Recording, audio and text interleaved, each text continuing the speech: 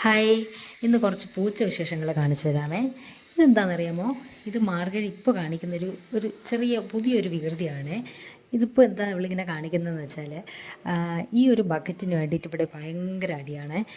ആ, മല്ലിയുടെ കുഞ്ഞുങ്ങളൊക്കെ ഇതിലാണ് ഇപ്പോൾ അവരുടെ ഒരു ഒരു ഒരു പ്ലേ സ്റ്റേഷൻ എന്നൊക്കെ പറയാം.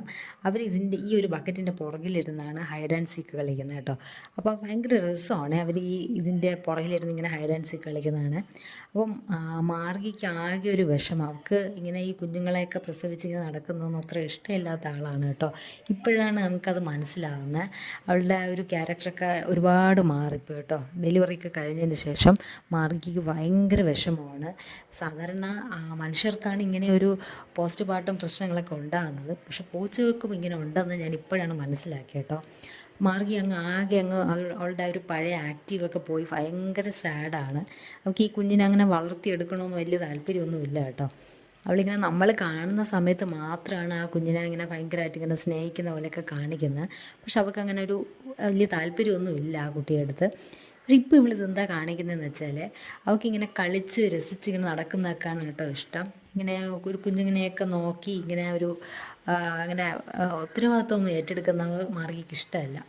മല്ലിയുടെ കറക്റ്റ് ഓപ്പോസിറ്റ് ക്യാരക്ടറാണ് കേട്ടോ മാർഗിക്ക്. മല്ലിക്ക് കുഞ്ഞുങ്ങളൊക്കെ വളർത്തി ജീവിക്കുന്നതാണ് ഇഷ്ടം. മാർഗി അങ്ങനെയല്ല. അവളൊരു കുഞ്ഞ് പെറ്റിനെ പോലെ അവൾക്കിങ്ങനെ നടക്കണം, കളിച്ച് ചിരിച്ച് നടക്കുന്നതാണ് അവൾക്കിഷ്ടം. അപ്പോൾ അതുകൊണ്ട് തന്നെ അവളുടെ ആ ഒരു സന്തോഷവും ഫ്രീഡമൊക്കെ പോയതിൻ്റെ ഒരു വിഷമമാണ് അവളുടെ ഈ മുഖത്ത് എപ്പോഴും ഉണ്ട് കേട്ടോ. ഇങ്ങനെയാണ് ഇപ്പോഴും അവളിങ്ങനെയാണ് ഇപ്പോൾ. ഇതിനു മുമ്പ് ഇങ്ങനെയൊന്നും ആയിരുന്നില്ല. അപ്പോൾ ഈ കാണുന്നില്ലേ, ഇതാണ് അവരുടെ ആ ഒരു ഈ മല്ലിയുടെ കുഞ്ഞുങ്ങൾ ഇങ്ങനെയാണ് കേട്ടോ അവർ കളിക്കുന്നത്. അവരുടെ ഒരു ഹൈഡ് ആൻഡ് സീക്കൊക്കെ ആണെന്ന് തോന്നുന്നു. അവരിങ്ങനെയൊക്കെ ഭയങ്കര ഒരു എൻജോയ്മെൻറ്റാണ്. ഈ ഒരു ബക്കറ്റിൻ്റെ പുറകിലിരുന്നും അവരിങ്ങനെ ഒളിച്ച് കളിക്കുന്നു. ഭയങ്കര രസമാണ് കണ്ടിരിക്കാൻ. അപ്പോൾ ഇത് കാണുമ്പോൾ നമ്മുടെ മാർഗിക്ക് അതൊന്നും അത്ര ഇഷ്ടമാവണില്ല. അവളും ഇതുപോലെ ഇങ്ങനെ കളിച്ച് നടന്നതാണല്ലോ. അപ്പോൾ അതിൻ്റെ ഒരു വിഷമമാണെന്ന് തോന്നുന്നു. അവർ ഈ ബക്കറ്റിൻ്റെ അകത്തിരുന്ന് കളിക്കുന്ന അവൾക്ക് അത്ര ഇഷ്ടമല്ല.